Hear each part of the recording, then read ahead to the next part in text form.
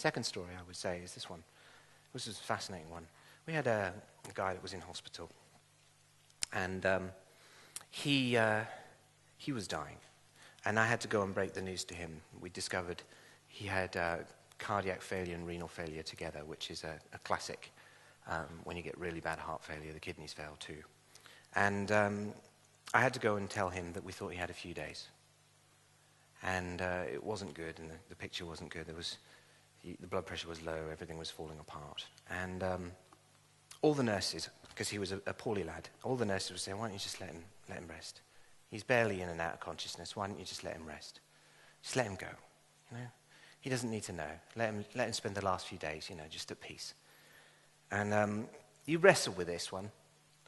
I don't know if you're ever going to be in this position, but you wrestle with this one because you don't want to upset people. None of us do.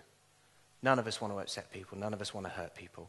None of us want to hurt people with the truth in the same way that we don't want to say your bum looked big in that. We don't want to hurt people with this kind of truth either.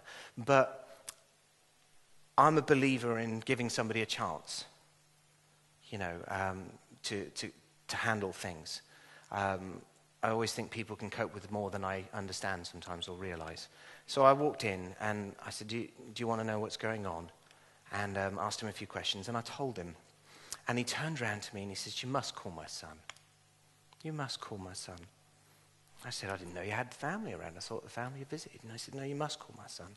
So I went out and spoke to the son. And they split up a few years previously, like really big breakup. And they didn't speak to each other and weren't communicating at all. So I rang up the son, and the son came down. And about 1 a.m, they made up. And at 2 a.m, he died. And if I hadn't told the truth, if I'd have done it out of the best intentions, then his son would be alive today, thinking his father died, hating him. We don't know. We aren't the bearers of reality.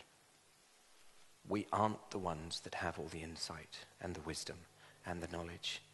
And we are ones that are dependent on the Father for wisdom and knowledge. And it is so critical that we listen to the voice of the Holy Spirit on a regular basis. Now, I don't know if it was the voice of the Holy Spirit or just something I'd been trained to do, but I was so glad I told the truth that day and didn't hold it back with the best of intentions.